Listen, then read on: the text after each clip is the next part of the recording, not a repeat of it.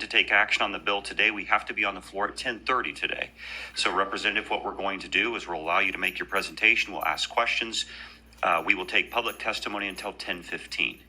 At 10:15, we will shut down the public testimony. You'll come back. You'll be given 5 minutes to wrap up. And any questions from the committee, then we'll take motions at that point and have a vote and get out of here by 10:30. So Sure. With that, go ahead, Representative Hill. Chairman, Committee, Ted Hill, District 14, Eagle, and Emmett. Bill today, House Bill 415. One of the most devastating events in our modern America is a school shooting. Los Angeles cop. Nothing's more distressing than seeing innocent children killed by disturbed, evil people. Parents feel helpless, and they want solutions to protect their children. Police response to these threats is varied. It could be 5 to 7 minutes or even longer. Rural communities may have no response, and they're completely without any police action. The best solution to this, looking at it, is to have an effective physical security posture and to have security guards on site. I tried to look at that, and I looked at all the options. Retired police officers, $60 an hour, 2 per school. That was $120 million would be the cost to provide guards across the state. That's the best solution, absolutely. Well, that's not going to happen. How are we going to close this gap? Volunteer programs, I was offered that. Again, that's inconsistent and unpredictable. It's still an option, but it's less predictable. This legislation provides an alternative that allows you to leverage the capability within schools by allowing teachers to be armed. Teachers, again, there's strict criteria, school employees. Everyone who's a school employee can be part of this team. These select school employees provide an armed force to defend children in their first minutes of attack. The key to this bill, what's so important, is that time between the event occurring and the time the police arrive. This is the gap I'm trying to close. It's a tactical gap. It's when all the carnage happens. So people get concerned about people with guns on the school. All these things are a distraction to the focus. We got to protect those kids in those critical 5 to 7 minutes. And that's when all of it happens. The police get there. I'll have some testimony here. They get there to pick up the carnage. They might be able to get there in time and engage this individual and finish it, but frequently the damage is already done. The requirements for school employees under this legislation: they must be willing and able to participate in this program. Individuals will have to complete an enhanced concealed weapons course. School employee that possesses enhanced license that wants to carry shall inform the principal and the superintendent. They must be concealed, and they must maintain immediate control at all times. School employee lawfully carries concealed weapon will not be subject to disciplinary action unless employee fails to comply with the rules of this section.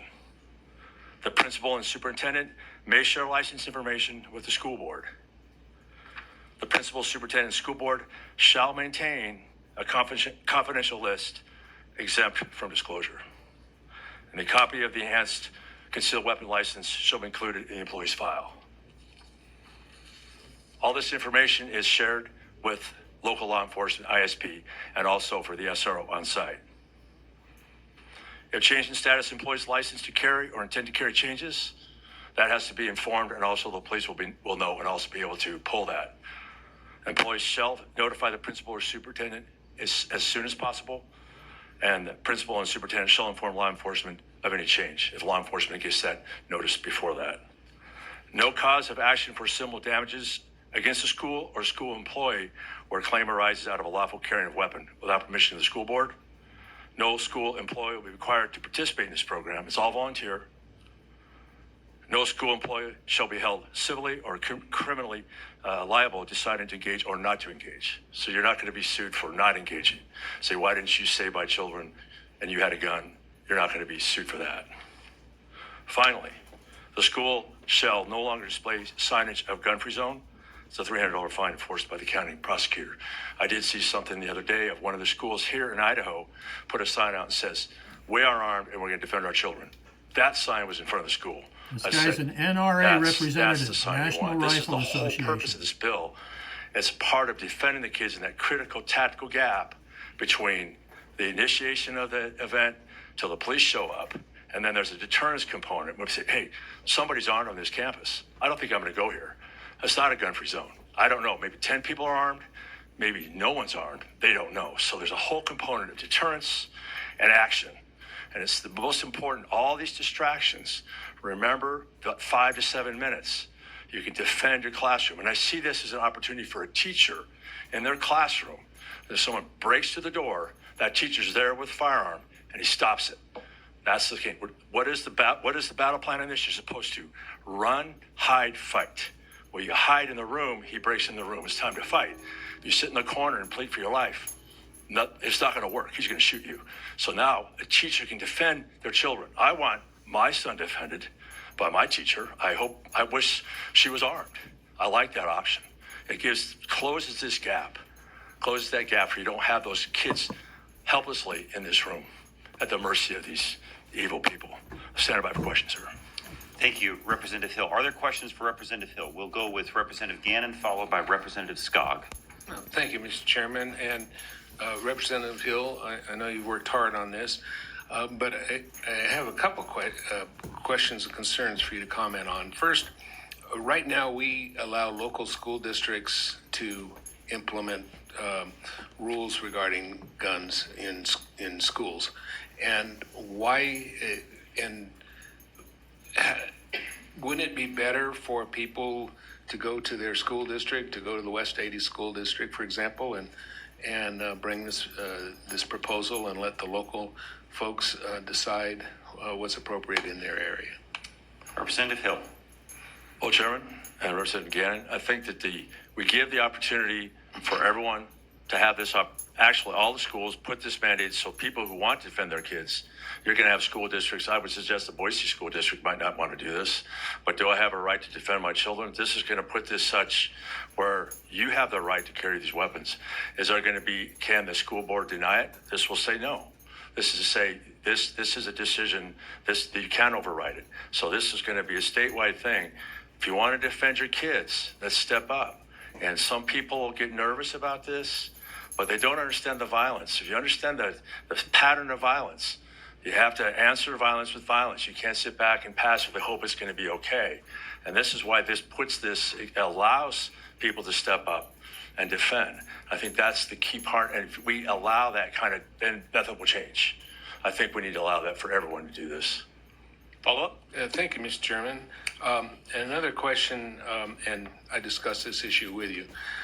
You have defined school employee as to include volunteers on line 38. What page, Representative Gannon? What page? Line 38 on page 2. Okay. Janitors, bus drivers, volunteers. And then later on, these volunteers would fall within the exception, within the liability provisions, within the provisions relating to liability, that they're not going to be liable for what they're doing in connection with the use of the weapon.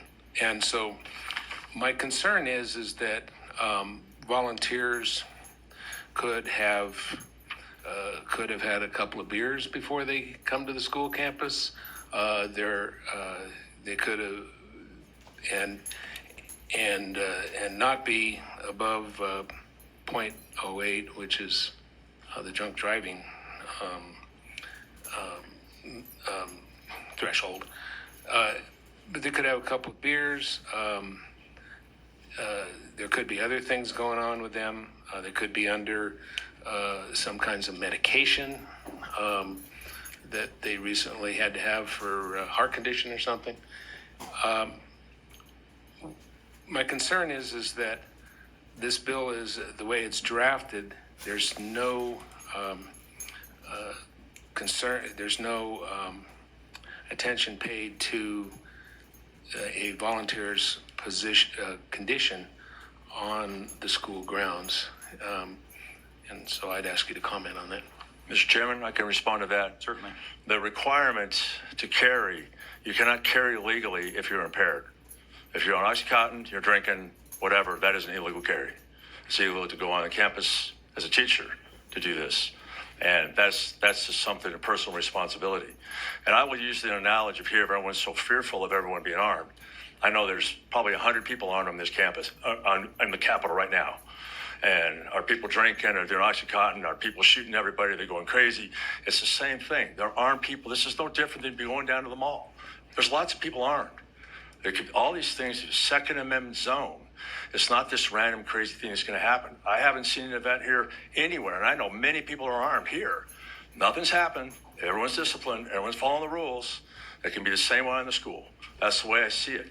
Nobody's going to pull a gun in this Capitol, I guarantee you. That's not going to happen. You have like 5 guns on them in 2 seconds. So I feel very safe here. And if you follow these Second Amendment rules, mall, wherever, school is just a different place. And it's the same rules apply, the same discipline applies. People know the rules. People that do this know the responsibility. That's the biggest training piece, not being able to shoot as much as it is to know your responsibility and the discipline you have to carry. That is the most important part of being a concealed weapon carrier.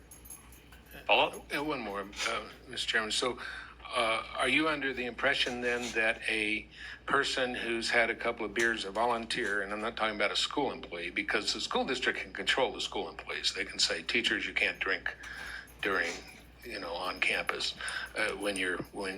Before you arrive at campus and at campus, you can't drink. But with volunteers, are you saying that you think that there is a law that says that they can't consume alcohol before they go on school grounds as concealed and assuming they have this concealed carry permit? Mr. Chairman, it is against the concealed weapon permit to carry drunk. That's the key. He can go drunk all he wants and go on campus, do whatever he wants. But he carries that gun. He's no longer carrying that gun legally. One more then, Mr. Chairman. Mr. Chairman and Representative Hill, I'm not saying drunk, I'm saying influenced. Somebody who's had 2 beers, they're not going to be drunk. They're not going to get picked up for a DUI for 2 beers, but that certainly can influence their ability to handle a weapon. And are you saying that is illegal for somebody who has a concealed carry permit and Yes. has a weapon on their? Can I call my NRA to respond to this? Yeah, you certainly can. Yes. I'm gonna have my NRA rep. She's gonna come up and specifically address that. Okay, we will have her address. And I'm Representative, sorry to put you on the spot. No. You know. Appreciate you drilling down on this, but also I think couldn't the district create a policy, not only for teachers, but for volunteers, if they can't show up having had a couple of beers? I mean, I don't think that anything would restrict a school district from preventing that policy on being impaired to extend to volunteers. Aveen, state your name, who you represent, and if you could address Representative Gannon's question. Thank you, Chairman Crane. Aveen Klein, State Director for the NRA, through the chair, Representative Gannon. Thank you for the questions. First, I'd like to address your question about volunteers. You'll see on line 37 that this does apply to volunteers, but it applies to volunteers on contract. So we've narrowed that in scope. And I'd also like to address volunteers under intoxication or under the influence. Idaho Code Section 183302B says, carrying concealed weapons under the influence of drugs or alcohol. It shall be unlawful for a person to carry a concealed weapon on or about his person when intoxicated or under the influence of an intoxicating drink or drug. This bill and the Always have an protections answer, that NRA. it contains only apply to the lawful carry of firearms. If you are intoxicated or under the influence of drugs or alcohol, you are not lawfully carrying a concealed firearm. Further questions, Representative Gannon? Seeing none, Representative Skog. Thank you, Mr. Chairman. Eloquently put. That's spot on. Representative, Yes. enhanced carry permit, that's what's required, Yes, sir. according to your bill as I read it. Can you explain what that is? And I'm not sure if that's enough or not. I want to hear what you have to say. Well, Representative Hill. Chairman, Representative Skog, I looked that up. What that means is 8 hours of additional training. Primarily, it's training on scenarios, tactics, response, and they have the shooting requirements. So that is really, when I look at the training, I was going to actually try to get in some training here this last weekend to see if I know exactly what it was. And they do some shooting, and that's part of make sure you can shoot.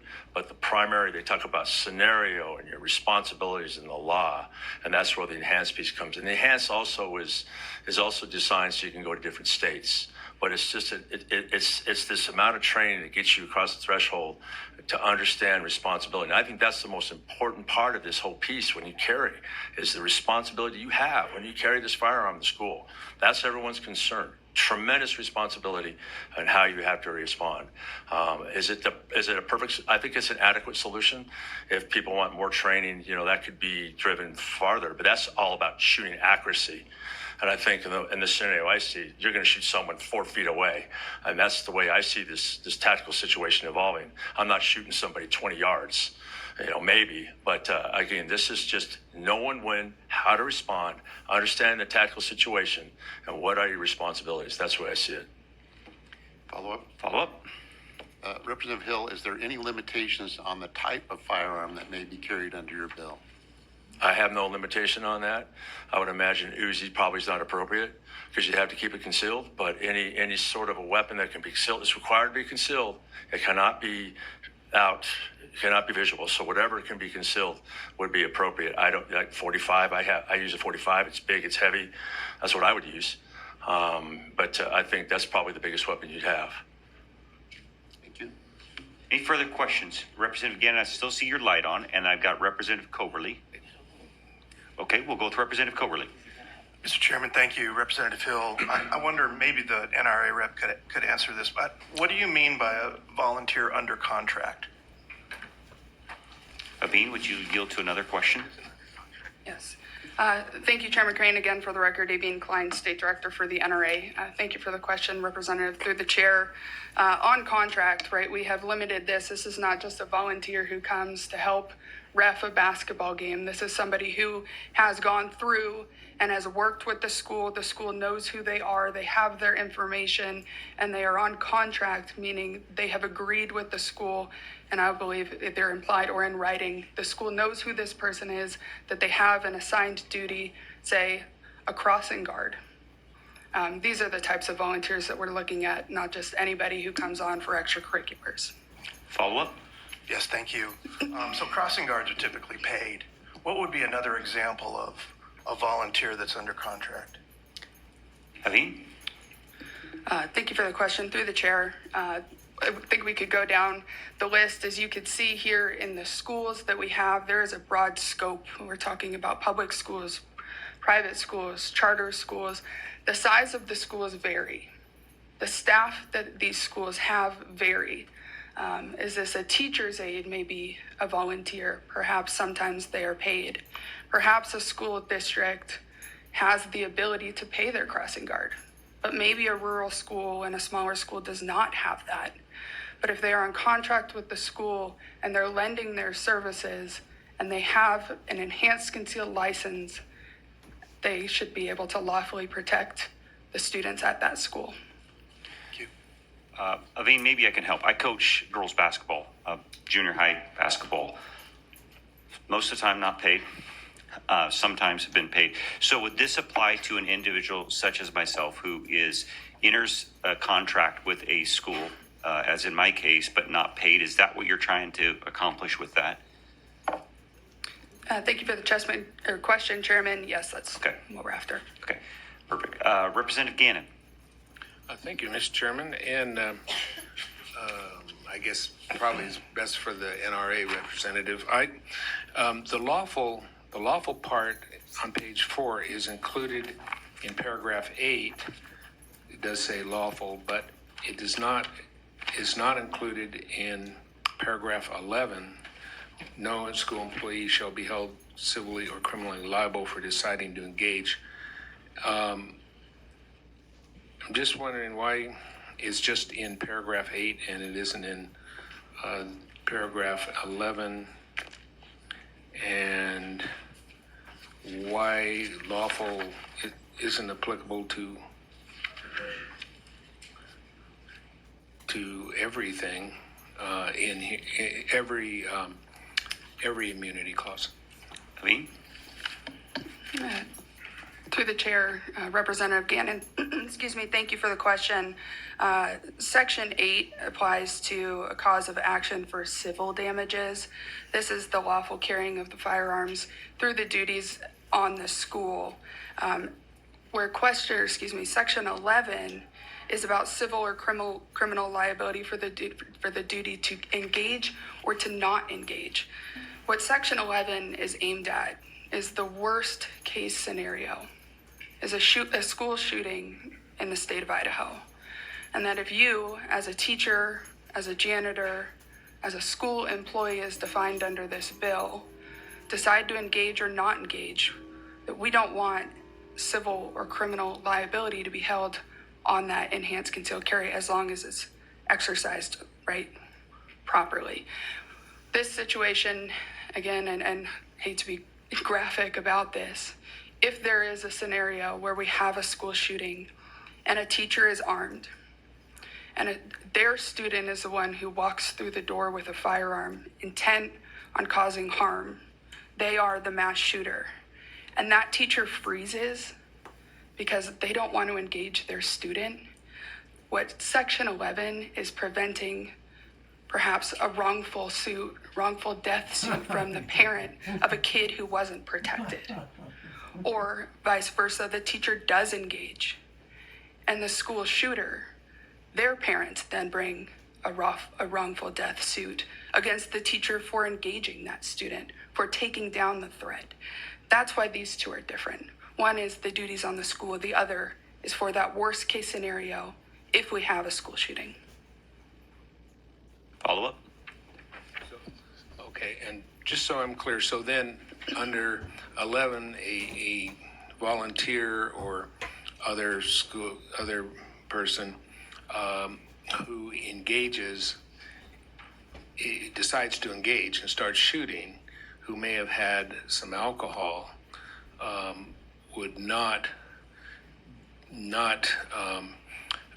would be immune under paragraph 11, maybe not paragraph 8, but under paragraph 11.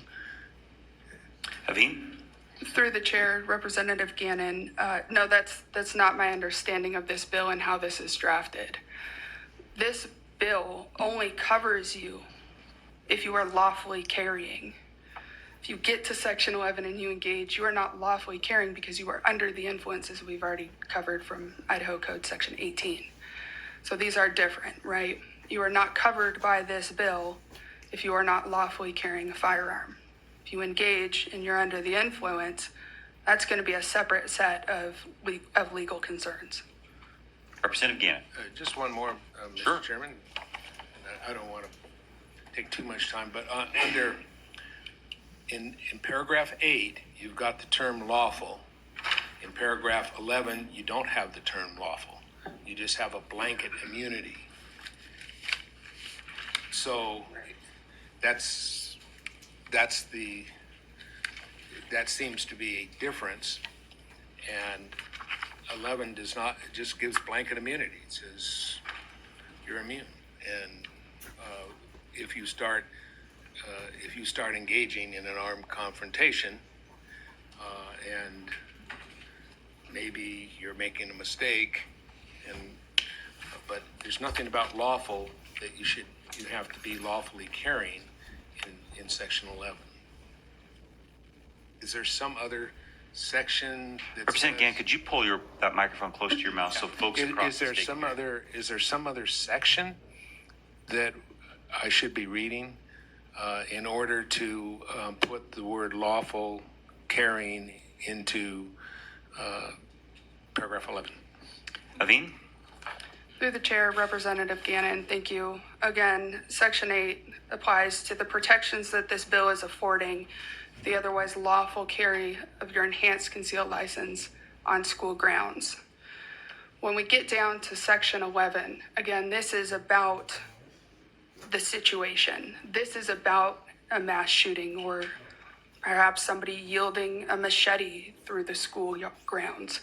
What happens here becomes a different set of legal issues, right? We're going to talk about self-defense. We're going to be going through potentially prosecution. We're going to be looking at other cases where this then goes to what happens.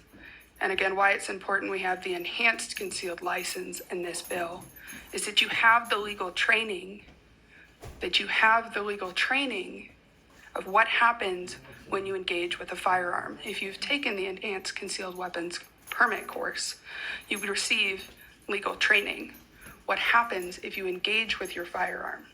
What to do when law enforcement responds? How to respond when law enforcement responds? What may happen if you display your firearm? What happens if you pull the trigger? What happens if you pull the trigger and somebody's life is ended at the other end of that? That's a different set of legal issues and why it doesn't otherwise apply to the lawful carry under this bill and the protections that that affords. Representative Andrews. Thank you, Mr. Chairman and Ms. Klein. My question is on page 4, dealing with notifications that who knows that the employee has an enhanced license. So we I guess it starts on 3 a little bit, but so they've got it, their license on file, and they share that is shared with the law enforcement through the superintendent or the principal. And then on line 3, it says, the school employee shall specifically ensure that if a law enforcement school resource officer is assigned to the employee's respective school, such officer is also aware of the employee's possession of an enhanced concealed license. So my question is, if the superintendent or the principal is in charge of informing the law enforcement, why the employee has to notify the resource officer themselves? Why can't that be done by the principal? Aveen? Through the chair, thank you for the question, Representative Andrews. Here we have that directed at the employee. Typically what we see is employees, teachers, janitors have a closer relationship with the SRO officer. Law enforcement, right? The reason that goes to the school district and the superintendent is that's a wider net of people that need to know, who have that information, where a school resource officer is one who is assigned to that school, who works with that employee, who, again, in the worst case scenario responds to a school shooting. A school resource officer should know that, say, Mr. Hill is down on this end of the hall, where the school resource officer is over here, that independent knowledge, that innate knowledge of where and who is armed, I think is important down to the employee side. Representative Coberly. Thank you, Mr. Chairman. Representative Hill, question for you. So if I'm reading this right, the employee has the obligation to inform the principal and the superintendent, but there is no obligation to inform the school board. Is that correct? That's correct. So it would seem to me that especially in a small district, it would make sense for the school board to have knowledge that Why do they need to know? Representative Hill, we'll So, make sure we okay. go through the chair. Chairman. So again, it's an emotional topic here, so we want to keep it. I would say, why do they need to know? Mr. Representative Chairman, Coberly. Representative Hill, because they have the obligation to protect the safety of students in the district. That's okay, Mr. Representative Chairman. Hill? That's done at the principal. I think at the local level, that's enough. Again, they may provide to the superintendent, but the principal is the key. You know, that's the key. The school board, they can know that it's not a shall, it's a may. So it's not part of the tactical consideration. It's not important. They're not going to make any contribution. I don't think that's important. Mr. Chairman, follow up. Certainly. Can you explain why you don't think that's important? Mr. Chairman, yeah, you can, but what difference? I think you're going to know. They're going to tell you. But what if you okay, you know, if you don't know. But this comes down to the principal, who's protecting the school, not the superintendent somewhere else. I mean, the place where this is happening is local. Get it down to the principal, the school board, and the school board. They can know, the superintendent. I think that's, as you go farther and farther, it's irrelevant in terms of you know, and you may know, and you may provide that information, but does it make a difference in Has the this guy ever consideration watched tactically, how to Uvalde defend these shooting? kids? I don't see that as, reaction? Evidently not. as important. If they want to know, they can find out. They can ask. They may provide it. They don't. It's not shall. Representative, is there a prohibition in here from the school district creating a policy for their district that if a principal is informed that there's an enhanced concealed carry individual in his building, that he notify his board? It's in there, Mr. Chairman. It is in there, and it said we're very important about shall provide it to the principal and the superintendent, and the school board is a may. We could, it's shall. But the may. principal can. He can. Okay. So that's fine, and I'm sure he would. But it's like the school board's going to get this information. He's got 20 schools. He's got to list all these names. Okay, you got the list. What are you going to do with that list? Is it going to be a punitive list? That's always the concern when you put these lists out. It's confidential. So when you take this, and the school board has it, that's confidential. You can't take this and do something punitive. Say, wow, these people are armed. I'm not going to promote them or something like this. It's a confidential list. It's very important on this that this remains confidential from the principal all the way down. There's not going to be public records they can't access. This is private information, confidential all the way up the chain to the superintendent and to the school board. Okay. Representative Allgood. Thank you. And this question is for either one of you, whichever is most appropriate. There are a number of school districts in Idaho that already allow and at times encourage employees to carry concealed weapons. Do you have any information how successful or if there's been issues? Could you speak to that, please? Representative Hill. Chairman and Representative Allgood, yes, Grangeville's been doing it. Super successful. They got many teachers are armed, and it's been very successful. They're very happy with it. No issues, and they've locked that down. And I would say the rural communities really need this more than anybody because the police aren't coming to save them. You're way out there. The police are not. So they're closing the gap because they know no one's coming to save them. That's why these certain schools that don't have the police to answer to this, they're going to take care of themselves. And that's, like I said, those signs I saw. Yeah, you want to come into school? We're armed. We're going to defend our kids. Those are the schools. Those guys are locked, and they're good to go. And Grangeville's doing great. Any further questions? Representative Coberly. Mr. Chairman, Representative Hill, you were referring to the principal being kind of where the action is. And I'm just wondering, do we know where principals around the state, how they feel about this?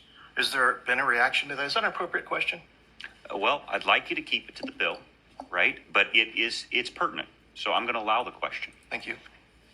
Mr. Chairman, Mr. Corbally, I would say a lot of people are not going to like this. The people that are scared of guns, that guns are going to jump up and shoot them. There's many people who are very fearful of them. And all these things are all the considerations. I understand it. I appreciate that. But I always come back to why we're doing this. It's the tactical gap. We have 20 dead kids stacked up in a room that we could have stopped. That's the reason we're doing this. So these distractions and these concerns, yes. Focus, the dead 20 kids stacked up in the classroom.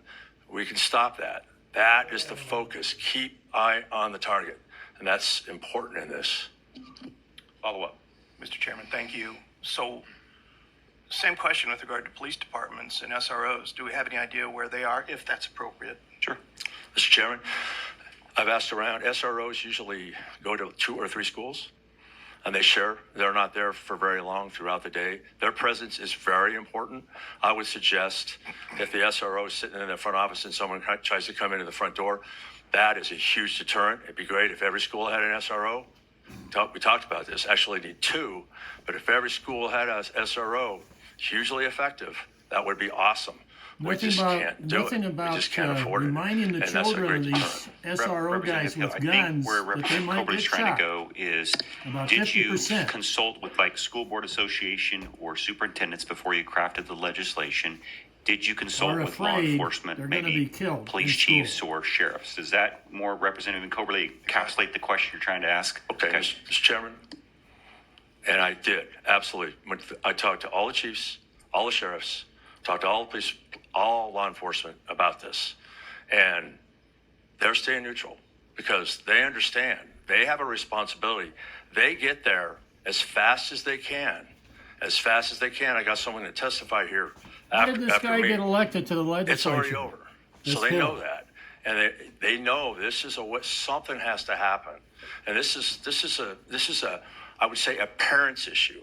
The parents, this is a parents issue Parents want this. That's the key. And everybody else can have these issues. Parents want to defend their kids. And the police, they know they're going to do an awesome job, but they're going to get there at the end of this. It's a good segue to get to public testimony. Yes, sir. So, all right. Oh, we got another question. Thank you, Mr. Chairman and Representative Hill. You say parents want this.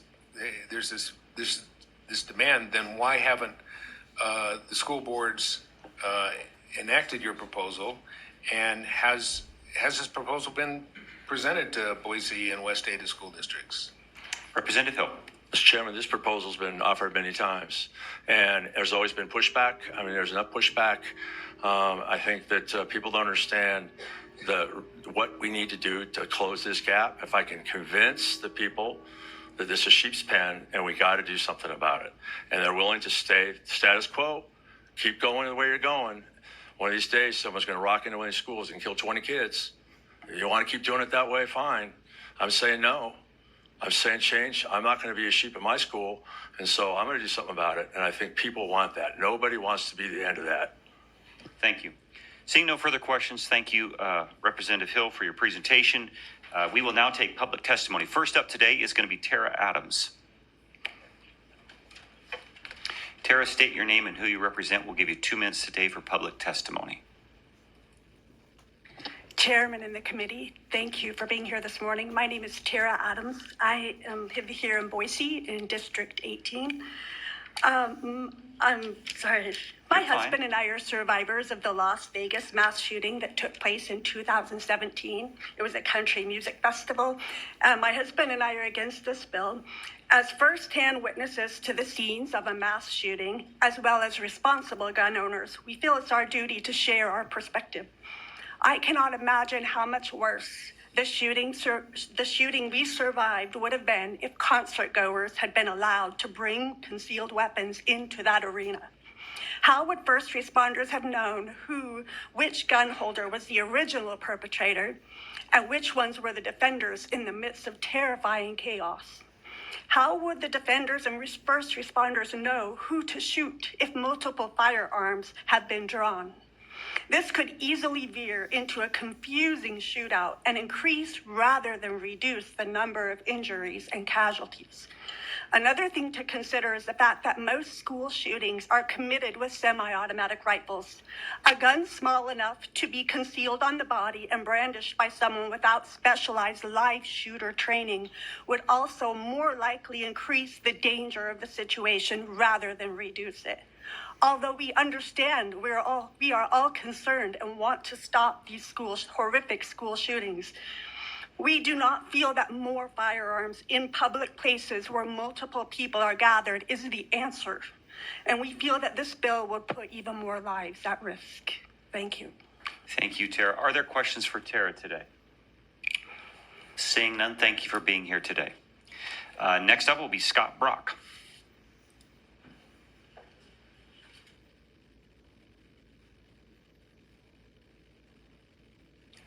Representative King, I've got you on the list. Did you want to testify? Okay, you're just here. Got it. All right. Scott, state your name, who you represent. We'll give you 2 minutes today for public testimony.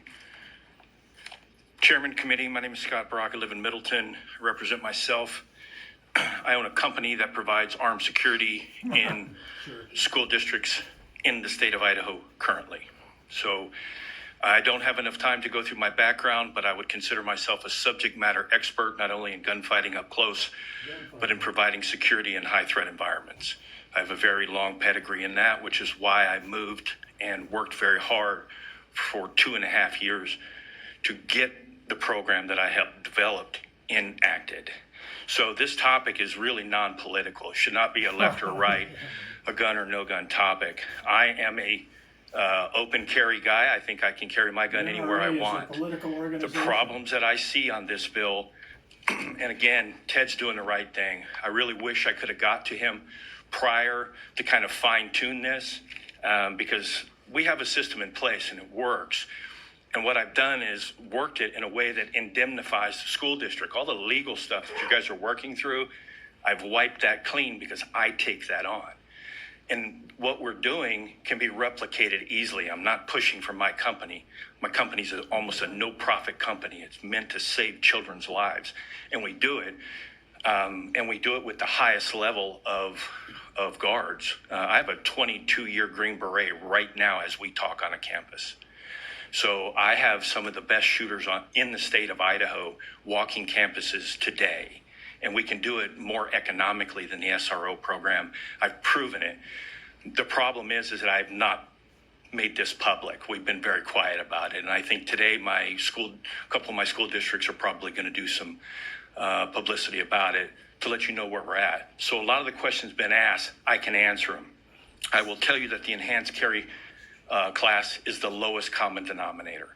That's the lowest level of training. It's the entry level training. It is not active shooter training. Mr. Brock, I'm sorry, you're out of time. Are there questions for Mr. Brock? Representative Young. Thank you, Mr. Chairman. Mr. Brock, thank you for the work that you do. Just curious to know, were this legislation to pass, is there anything that would prevent school districts from still engaging your services, since it sounds like you do a really great job? Mr. Brock? Chairman Representative Young, I'm not worried about the outcome of my business. The only care I have is the lives of children in the state of Idaho. I have the skill set to be able to teach, implement, and hire the right people to do the job for the right amount of money, and school districts are able to take notice of this. What this does is create some tactical disadvantages. Representative Hill talked about the tactical of it. That's my expertise. I've been in those gunfights, and that's what I do. So there are some tactical disadvantages to this, identification issues. So there are numerous issues within there. If it passes, I think you'll find that the majority of the districts will not do anything with it. That's what I think. Rural districts they very well may, and they might need to. But the bottom line is I think you'll find that the majority of your schools have teachers that probably will not carry anyway. So it'll create some hurdles for sure between law enforcement, response, identification. I've worked a whole plethora of problems to sort out what happens when follow-on forces show up. We are the initial responders. Law enforcement is the first responders. Emergency services are tertiary. They're the last. They don't even get to the damage for 7 to 10 minutes. My guys are all TCCC trained. You know, we're already handling triage. We got it. So this bill, there are some things to be worked out in it. It's not the end of the world. There are hurdles that we can overcome, I think. Chairman Crane, why don't you cut him off?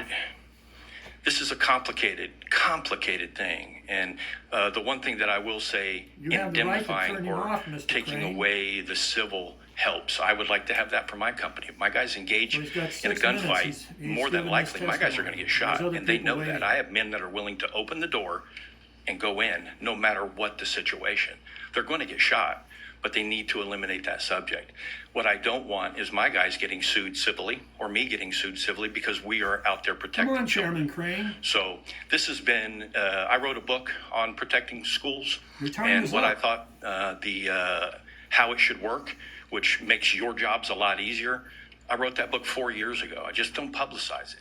And then it's been 2 years working to try to get into schools. And we just haven't publicized it. So there are options out there. Again, there's quite a few tactical disadvantages to this. I'm not going to say there's not. Mr. Brock, I think I heard you say in your opening that your company maintains all the liability on behalf of the school district. So if there's a shooter incident, you're saying the school district, if they contract with your company, would not be liable. You're going to carry all that liability for the myriad of lawsuits that are going to come forward from parents. Is that correct? What about the parents? Chairman, as a parent and as someone who has children in the school district, I drafted and set up this program to help keep all that liability away from the school districts, to take the responsibility on. And again, as a prior law enforcement at the federal level for the State Department and other agencies, I know what happens after a shooting. I know where the lawyers go, and I know all that. So in our training process, and yes, I have attorneys on retainer, but in our process, we've set up all the checks that I think are going to happen on the witness stand. So long story short, that was the idea, was literally for us to take the responsibility away from the school district to make it more palatable for school districts to want to do this. What amount of insurance then do you have to have as a It's the company? most, Oh, Chairman, Mr. I'm sorry Crane. to interrupt you. No, you're fine. More. It's the most expensive time, insurance huh? you've ever seen in your life. Okay. It takes up literally almost every amount of money that I bill Okay, is the insurance policy, correct? perfect. Thank you. Representative Allgood. Yes, sir. Based on your expertise, I believe the FBI did a study several years ago, and it is determined that in an active shooter situation, especially in a school, first initial confrontation by whomever typically ends the shooting. It's not as much of a gunfight as it is. They either give up, they take their own lives, or whoever they're contacting takes their life. Is that your understanding? Uvalde. Mr. Brock? Chairman, Representative Allgood, and I appreciate your law enforcement background, so I understand where you're coming from. Yes, during my research for when I was drafting my book, I went through all that. I'll give you some really quick statistics. Every 11 seconds a round is fired. So every 22 seconds, someone is hit with one of those rounds in a school incident. The way we have set up our program is that we respond within 90 seconds. I will either do one of two things. We will either eliminate or isolate the threat in 90 seconds, guaranteed, no matter how big the campus is. So that means I have to have officers who can run, He's who having can more do time than the a bill myriad of sponsors. things. We have a vetting process. We don't have a hiring process. I went through 37 people to find one officer. That's basically the attrition rate. The level and capability of the shooting that we have is the Federal Air Marshal Standard.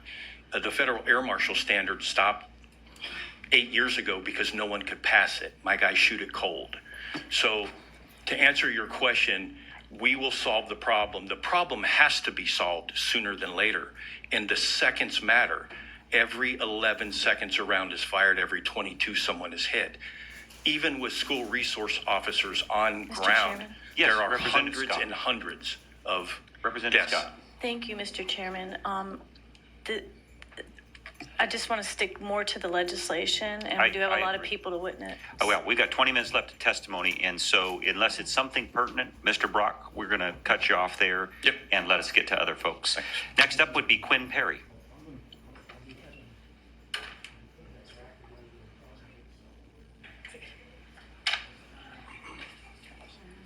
Quinn, state your name, who you represent. Thank you, Mr. Chairman and committee. My name is Quinn Perry, and I am the Deputy Director for the Idaho School Boards Association. Was asked today to also be representing the Idaho Association of School Administrators in strong opposition of House Bill 415. House Bill 415 undermines a core value of our members, which is that the local school board is the government closest to the people to make these types of decisions for their neighborhood schools. There are several trustees who signed up to testify, so I want to kind of defer most of my points to them. But in short, I just want to say that House Bill 415 is currently written is completely impractical for school districts and charter schools to implement at the local level. And respectfully, I disagree that this does not apply to volunteers. The way the bill is written, it clearly exempts volunteers and allows them to do that. School districts are extremely thoughtful when they do this. So I'm glad to hear that Representative Hill and others have referenced some of the school districts that you've heard of that have authorized staff in their schools to carry. School District 244, Grangeville, Mountain View School District is a good example. They actually require their staff who want to carry to take active shooter training, and they find that about half of their staff drop out once they actually take the active shooter training there. They do this groundwork to make sure that parents, staff, community members have the buy-in before they authorize their staff to carry. Again, I think this bill is completely impractical as written to implement. We ask for your no vote on this, and I'm happy to stand for questions. Thank you, Quinn. Are there questions? Representative Gannon. Yes, thank you, Mr. Chairman. And the previous speaker raised this question in my mind. My impression was that the decision as to whether a person who's defined as a school employee carries or not is up to that person. It isn't up to the administration. How are your folks reading that bill? Quinn? Thank you, Mr. Chairman and Representative Gannon. So how it works for school districts that authorize, people may approach the school district and ask to be authorized, and they work with that person to do so, but no district ever forces an employee to carry, just like this bill also would never force an employee to carry. So I think that was your question, hopefully. Follow up? Mr. Chairman and Ms. Perry, no, not exactly. If a person who is defined as a school employee in this bill decides they want to carry, is that their decision to do that, or is it the principal or other person's decision under the bill? Quinn? Thank you, Mr. Chairman and Representative Gannon. Thank you for clarifying your question. You're absolutely correct. It would just be a simple notification to the principal and doesn't have any of the other vetting processes that districts typically go through. Thank you, Quinn. Next up, Julie Davis, followed by Paul Stark.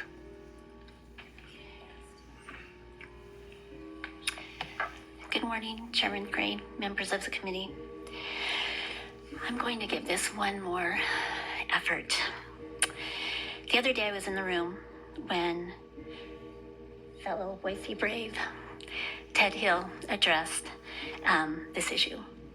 When I left, I had this overwhelming feeling of despair and lack of hope and loss of hope for the future. Because nowhere did he mention deterrence, although that word has come up today, and we'll talk about that in a second. Nobody said the problem.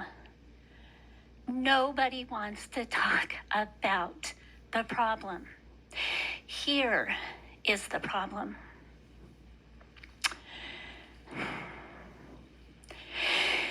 Before turning 18, the gunman in Uvalde asked at least 2 different people, including his sister, to buy guns for him. Both people refused. Online, he was able to purchase rifle slings, a military carrier vest, and a snap-on trigger system. He also bought 60 rounds of ammunition. The shooter then turned 18, the legal age for purchasing a rifle in Texas, on May 16th. That same day, he purchases a Daniel Defense AR-15 style rifle and 1,740 rounds of ammunition.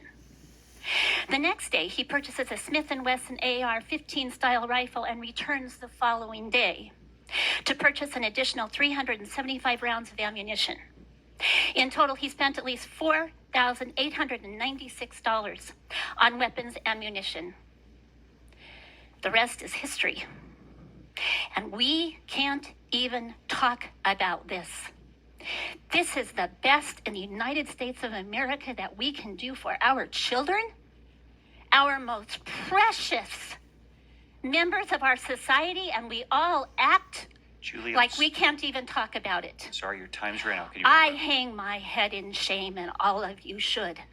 And Ju- everyone in this room should as well. Julie, we don't impugn the motives. This is a very sensitive topic, one that we can reasonably disagree on, but we're not going to impugn the motives of anybody, pro or con, on this Yeah, issue we don't today. want anybody to do Okay? that.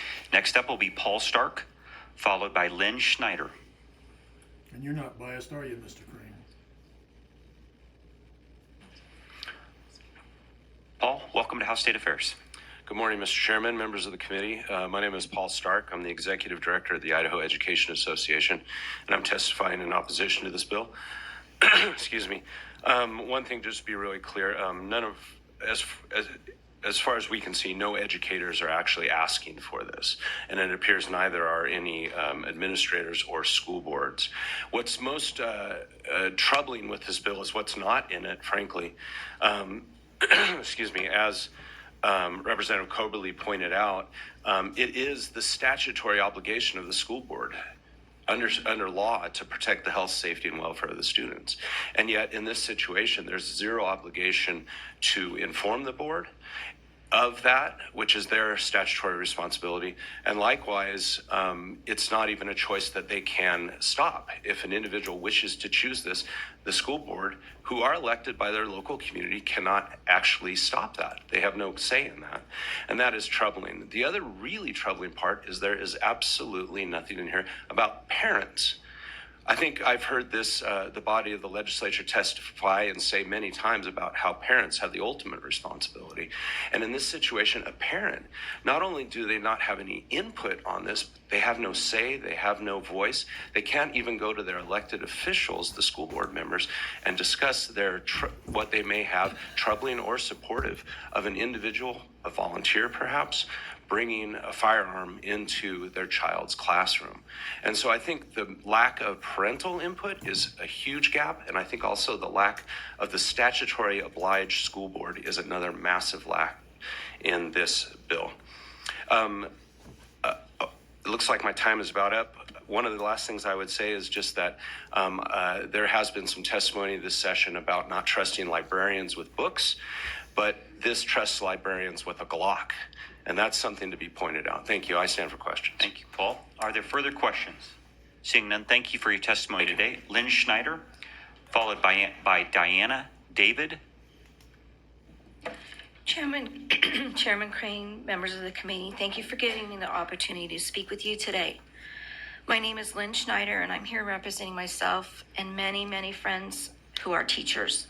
I stand here today in strong opposition to Bill H415. As a teacher of children for 32 years, I can't fully express how dangerous it would be to allow any school employee to bring a gun into a school. Then to compound the safety risk, the person would be able to do this without their authorization or permission of the school district superintendent. In bringing 415 forward, there are some assumptions that have been made that may or not be true. First, that the person with the gun is well trained in the proper use of a gun in different situations. Second, the person would be responsible in handling and care, safety, storage of the gun. Third, the person would be able to make a quick decision based on assessing a situation and respond appropriately. I personally know of no teacher or building principal that would feel safe in a building where this was permitted.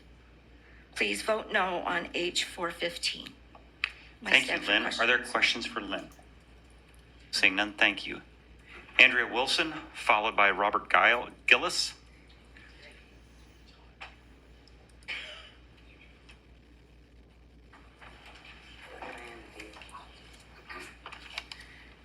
You mentioned Diana David before. Oh, I'm sorry. That is my fault. You're right. Let's grab Diana first.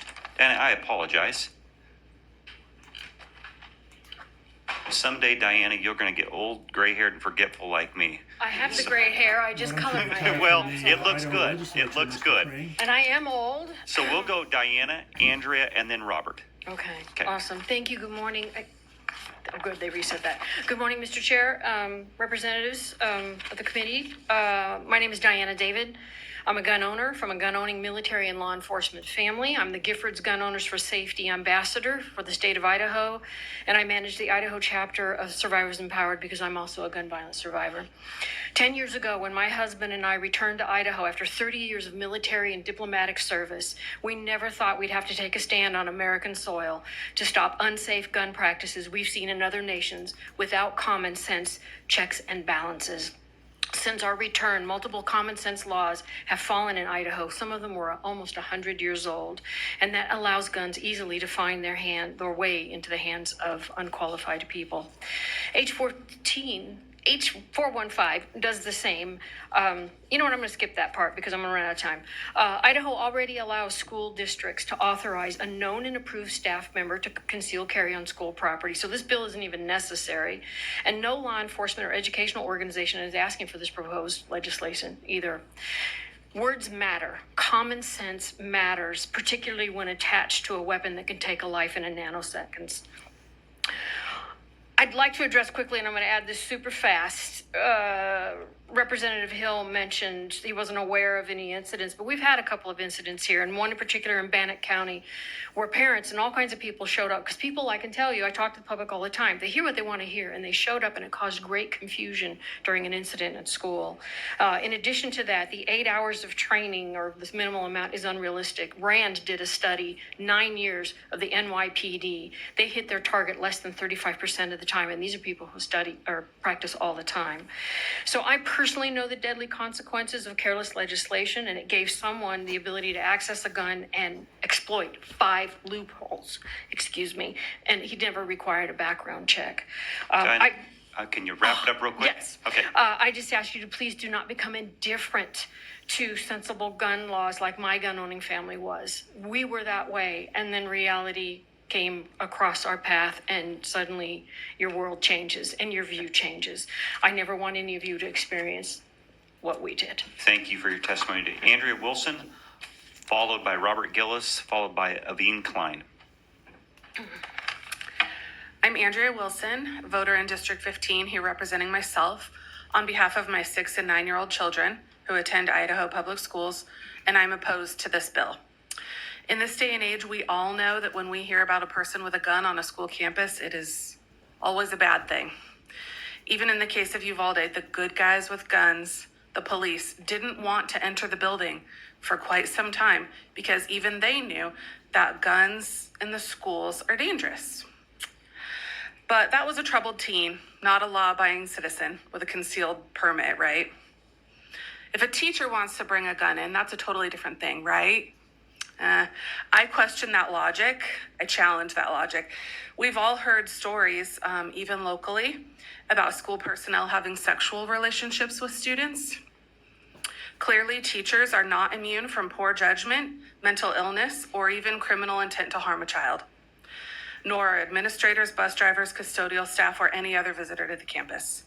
The only people that should come into a school armed are the police, who are trained in marksmanship, de-escalation tactics, and whose job depends upon the secure storage of their firearm. We often hear about unruly, disrespectful students in schools. What would prevent a teacher who has just had enough from losing their cool and brandishing a weapon or worse? What if someone carrying leaves their gun somewhere that a child could access it? Maybe these scenarios seem far-fetched. Let's just talk about local control.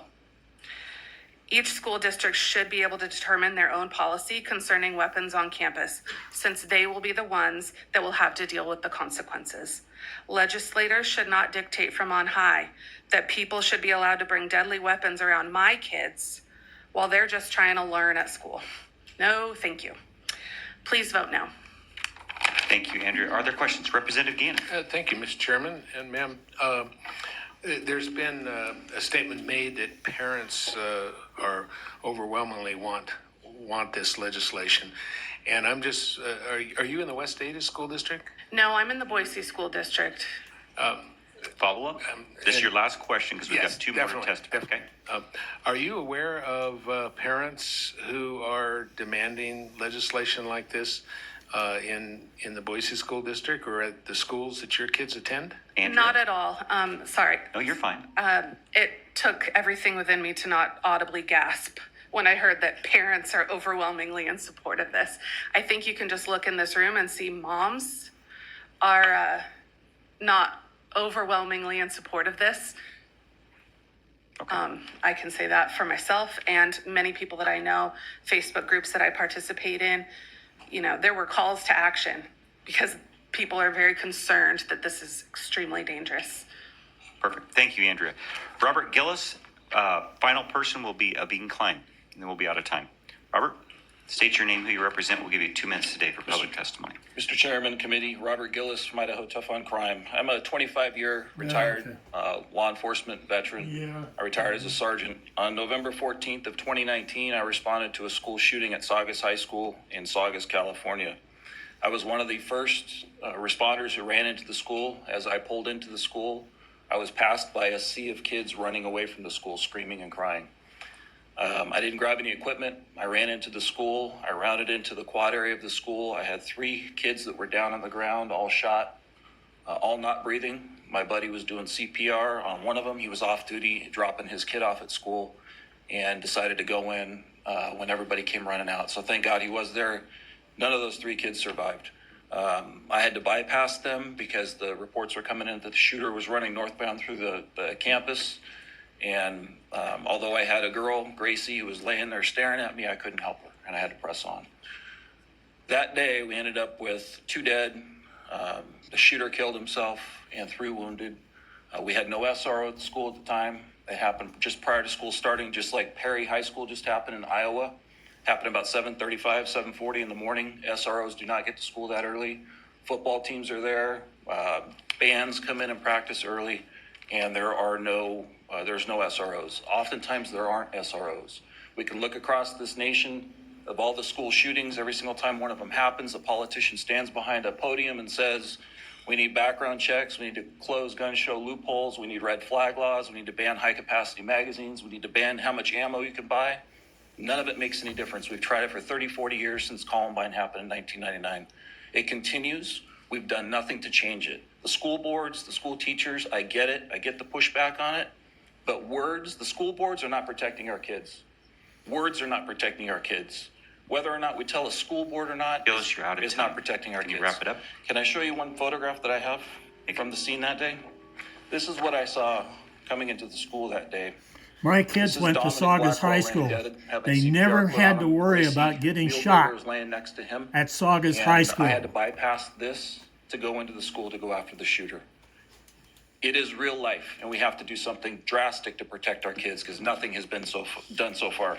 Thank you for your I gotta cut you off, Robert. I'm sorry. Okay. Thank you for your testimony. Are there questions? We do have a bevy of questions, starting with Representative Allgood, and then Representative Andrews, and then Representative Skog. Thank you, sir. Your speech was very short. Unfortunately, we don't have much time. Could you just please tell us what you're advocating for, what your position is on this There's subject? another policeman. I'm absolutely 100%, sorry, Mr. Chairman.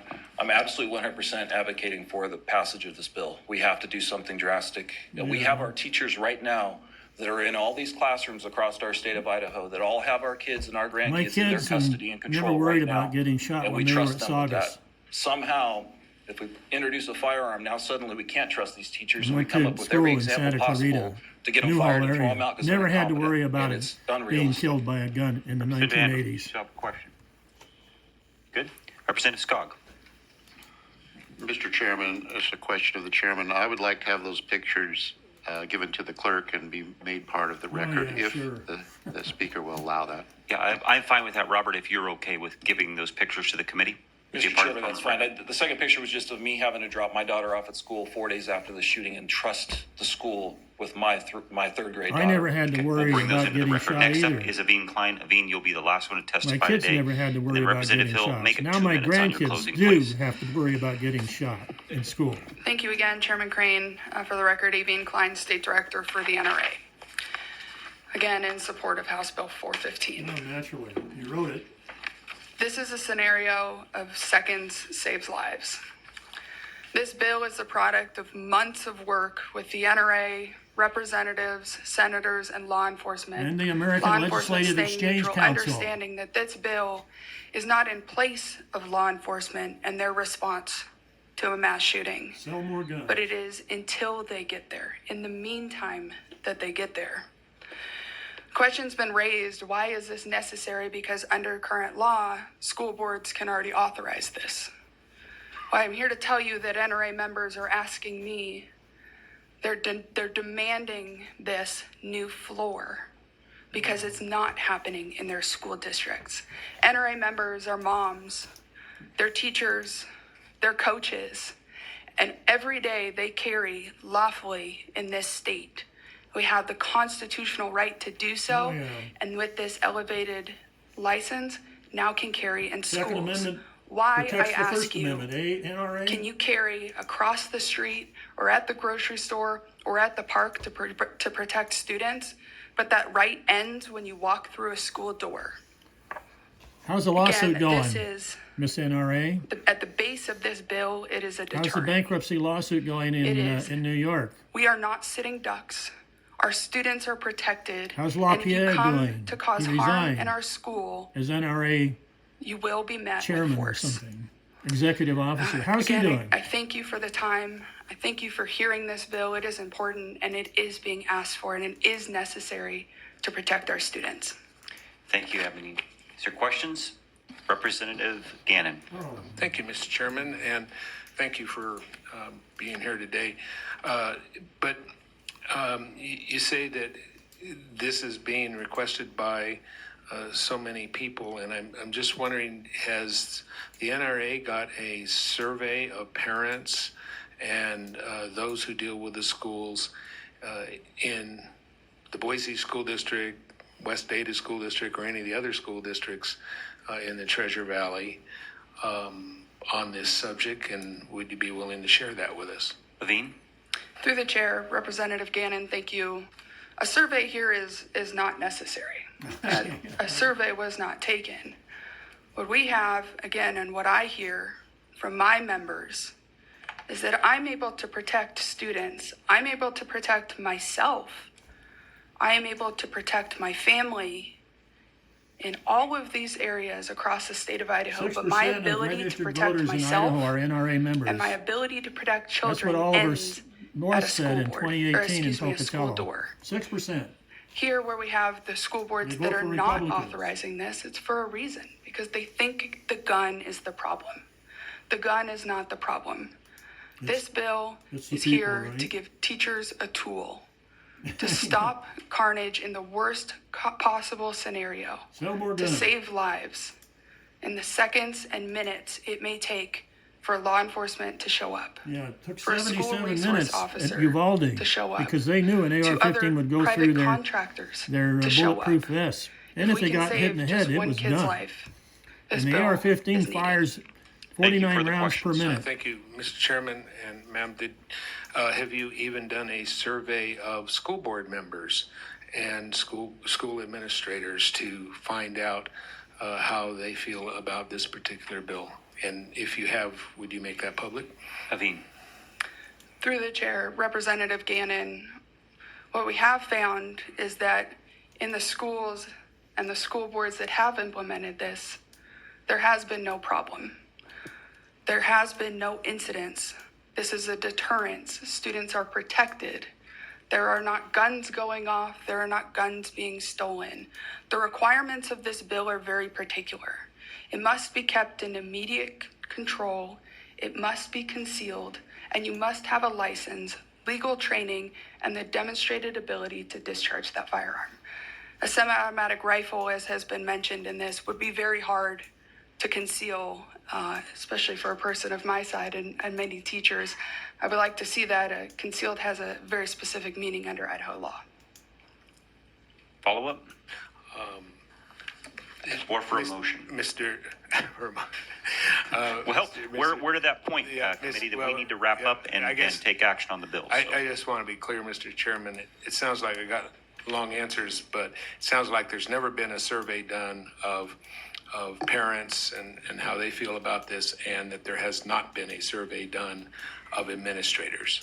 Yes, or maybe, or no, or... Levine, I think Representative Cloverly was kind of drilling down on the same thing, but could you answer that, yes or no? Thank you, Chairman. A survey was not necessary. Okay, there's his answer. Thank you. Representative Young. Thank you, Mr. Chairman. For a motion, I would like to move that we send House Bill 415 to the floor with a due pass recommendation, and just a brief comment, if I might. You have the floor. Okay. I just wanted to let those who may be listening in know that while there have been some questions raised about public support for this bill, I'm watching my email. I have well over 50 emails in about the last 15 minutes from parents across the state in support of this measure. So while it may be easier for people in downtown Boise to come and testify in person, there's clear evidence that parents all across the state are in support of this. Thank you. I'd like to give Representative Hill, if you'd like, you've got a motion here, Representative, and I know you're new, you're a freshman. There's an old saying in the House that says, you never want to stand in the way of a good motion, but I know that you like the mic, and so I'll give you a little bit of time here to wrap up. Yeah, you bet. So seriously, in all all foolishness aside, or all joking aside with that, Representative, if you want to make it quick, you have a motion. Real quick, sir. I think I've nailed it. I think that a lot of these concerns and fear are unfounded. I mean, these things are about everywhere you go. It's just everywhere you go, stores, malls, everyone's armed. This is not chaos going everywhere. These fears are unfounded. Always focus. I always say every time I get up here, focus on the objective, focus on what we're trying to do. We don't want to have a stack of 20 kids dead in a classroom because we didn't do anything. That's the reason I'm doing this. It can happen. Let's get on top of this. Let's get in How front about of it. preventing the All these weapons other from things even are not entering gonna the be a school? problem. I don't want to see that carnage happen in my That's what state. needs to be So done. let's stop that. Focus on Not once saving those after they kids. get into the Thank you, school. Representative Hill. Questions for Representative Hill? Representative Gannon. Just a comment, Mr. Chairman. Certainly. No, I didn't have another Okay, question. you're good, Representative. But I believe this bill was introduced on Tuesday? Am I correct on that? I think it was Tuesday it was introduced. And it seems as if this is being rushed, especially when we still have people, I think, who do want to testify and have their input. I suspect that a lot of people haven't even had an opportunity to read this bill and digest it. I think there's a number of questions on the bill, which we've discussed some of them today. And I think that I remember when we had the universities bill, we had the Lincoln Auditorium, and we had I'm thinking there was a full. You probably remember that too. It was. I clearly remember it. I think we had a 6 hours, a lot of testimony, and I think the bill was modified to fit better. In this case, it seems like we're just rushing through this. And I think it's premature to have motions, especially when we still have people that want to testify, and we've only... So, Representative, you've sat on this committee for a number of years now. It's about 48 hours, typically, from the time that a bill is introduced that it can be brought before the committee for a hearing. The chairman has to have possession of the bill in order to schedule it for a hearing. So we got possession of the bill yesterday and scheduled the hearing for today. So it was introduced actually on Monday. Was it Monday? Yep. And then the secretary took it up. We read it across the floor Monday in our Monday floor session assigned to me yesterday. We scheduled it for a hearing. So that would be 24 hours, not 48. 48 hours Monday or Wednesday today. So that's 48 hours from the time we introduced the bill to the time you had a hearing on the bill. So again, a motion's always in order. You can make whatever motion that you want to make. Within limits. Certainly.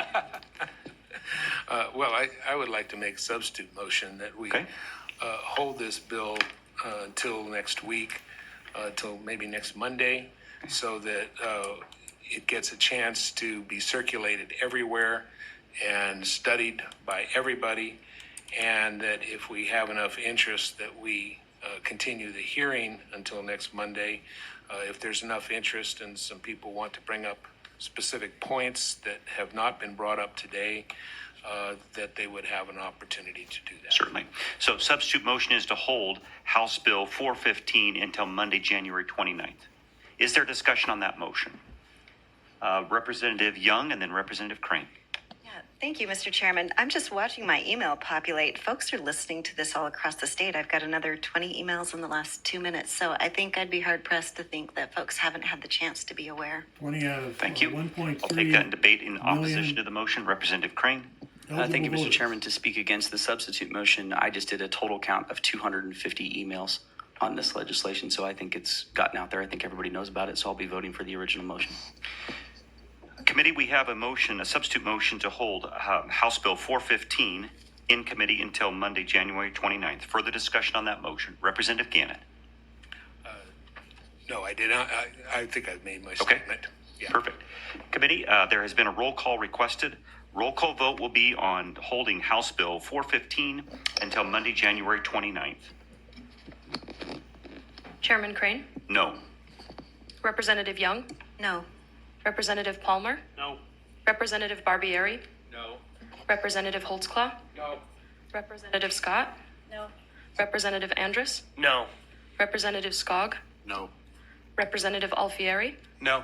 Representative Allgood? No. Representative Crane 12? No. Representative Gannon? Yes. Representative Coberly? Motion fails 11-2. We'll now return to the original motion to send House Bill 415 to the floor with the due pass recommendation. Secretary will call the roll. Chairman Crane? Aye. Representative Young? Aye. Representative Palmer? Aye. Representative Barbieri? Yes. Representative Holtzclaw? Aye. Representative Scott? Yes. Representative Andrus? Aye. Representative Skog? Yes. Representative Alfieri? Aye. Representative Allgood? Yes. Representative Crane 12? Yes. Representative Gannon? No. Representative Coberly? Motion passes 11-2. Committee, the chair is going to take a moment here to speak to an issue that has been brought up today that I think needs addressed, and that's the speed at which legislation moves through this body. I appreciate and am sensitive, Representative, to the concerns that you have raised. However, we are a part-time legislature. We are 90 elected days. to come here in about 90 days and get work done. Utah is And 45 it's our days. obligation to make sure that rules are followed, protocol is followed, but also that this process moves through and we're in and out and getting our business done. And so we will continue, as I have done since I've chairman. I don't wait around on bills. People watch what's happening January to March. And within inside of that 48 hours, I typically schedule a hearing. So just to make it loud and clear to everybody listening in the state of Idaho, watch House State Affairs. If it gets introduced on a Monday, it'll probably get heard on a Wednesday or Thursday. We're going to continue to move at the speed of business in here, and we'll continue to do Thanks so. to the So with that, repeal stand of term adjourned. limits of 8 years, you're still there.